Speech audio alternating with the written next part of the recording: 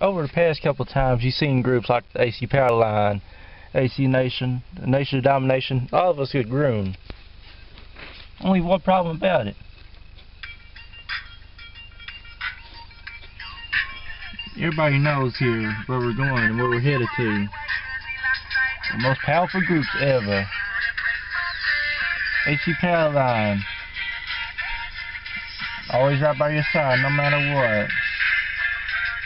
Because that's where we're at, where we're headed to. And besides, where would you be without us, without God on your side? I know it wouldn't be far, but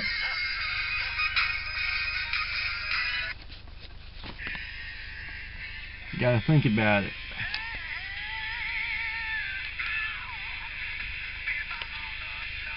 Regardless of the fact.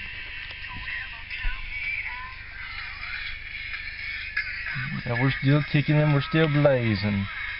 No matter what. And no matter what, AC Power Line will be returning soon. In blazin, Poncho Blazing ATM will be returning soon. Returning soon is Poncho Blazing ATM. Right at your service.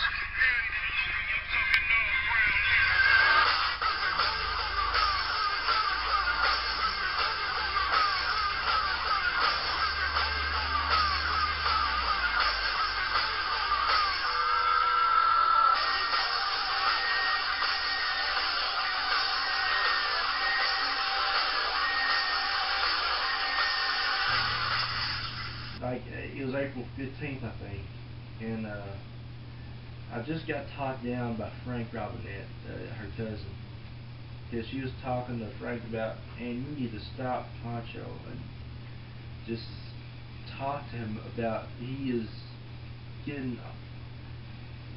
has been texting and trying to message me and stuff, and I wanted to stop. And Frank was like, now, dude, listen, I know that you like my cousin Charlie and stuff, but you're just taking it over the edge a little bit. You just gotta back off and stuff. And I was like, well, I love her and stuff, and I like her. And he was like, I know you do, but you just gotta back off a little bit. You just get in her space a little bit. And I got I didn't get talked down and stuff. You know, like, hey, I'm gonna kill you, you piece of crap. I'm gonna knock the daylight out of you. No. He didn't talk me down stuff. Like, the words and stuff just made an impact. The way he said and stuff. It just kinda hurt me, but at the same time I understood what Frank was talking about, because I mean, there was the issue back in 3rd grade when me and him was in and stuff, which I'll probably mention later on in life or something, but it was just, the words that he said just made an impact. And I went home that day, had my car, and I saw my hall where I lived at. It was at the bottom of the hill. There was like a dumpster at the gas station where we was at, and I was like all the way over to the main top, and I was gonna ram right through it. I was just gonna ram the car and hit it and stuff, just ram right through the dumpster. And I was like getting all mad and stuff. I was like, ooh, start the car, and I was putting in drive, and I went like about 70, like flying down the hill and stuff. And then as I about rammed the dumpster, an angel of God just came over the wheel and just turned the wheel the other way. And all of a sudden the speed went down about 20 or 10. And I truly thank God for that too. Because even though my attitudes, everything was bad, it's up, I thank God for that moment right there, because it made me realize that even though I'm hurting down on earth, because some things were my fault and some things are not my fault, you got to realize that life is nothing more than your work. And it was just great to actually see the angel of God right there. Because who knows, if I would have ran through the dumpster and stuff, my life would have been gone that day too.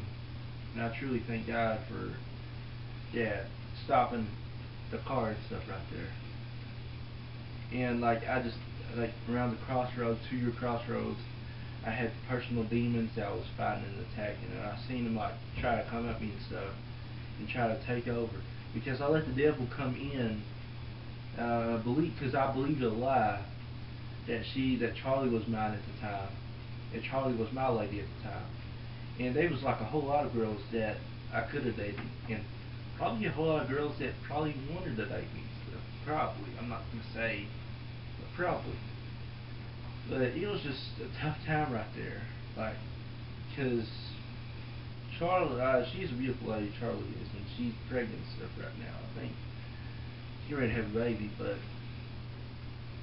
you can't let life issues take control over your life, because once you let those life issues take over you, the moment you don't let God step in, that's when the moment that the devil will use those life issues against you to start right, or start trouble and drama. And when you don't, and if you don't turn them life issues and stuff around, then that's when things can go from bad to worse. And sin can take you places that you thought you never could go before, and that's where the sin was. The sin was going to take me. Sin, I seen it automatically right there. I thought I was doing good. I thought that I was actually doing something, because look, before that senior year, I really never felt loved by a girl, and I never really had the chance to talk to girls that, like, the popular guys or the other kids, because, you know, before everything else happened like that, I was like, man, I just want some attention from a girl at least once. And that's the moment that I needed right there with Charlie. Like, even though we didn't talk or nothing, like, that moment right there, it like changed my whole life forever. When the PLC issue started, Poncho Loves Charlie issue started, because if that hadn't happened, I probably would have never really been the exciting, great Poncho Blazin ATM that I am today. Because that allowed me right there to really check myself and to see who I really was. And at the end, I came out a winner. Even though I didn't have no girls by high school, even though I didn't have a girlfriend, because it's been like 10 years since I've had one. The last person I dated was Amy Jefferson. And no doubt my Miss Amazing will be with me one day, and we'll be married and be at the altar and have our kids and grandkids. But, you know, and when you accept the help that I did, I had Jake Spurlock, AJ, Austin Rutherford, Brian Banks, and Johnny Ray. Without really those 4 guys around at the time, I probably would be messed up and somewhere in a drug rehab place. Because those 4 guys really helped me out a whole lot. And Jake Spurlock, we've been friends for years. AJ, Brian, and Johnny Ray. And then Dylan and Katie D helped me out with the music. So, for all of them to help me out was a blessing. I truly thank God for it. Up next, Poncho Blazing ATM talks about his music. 12 minutes, okay.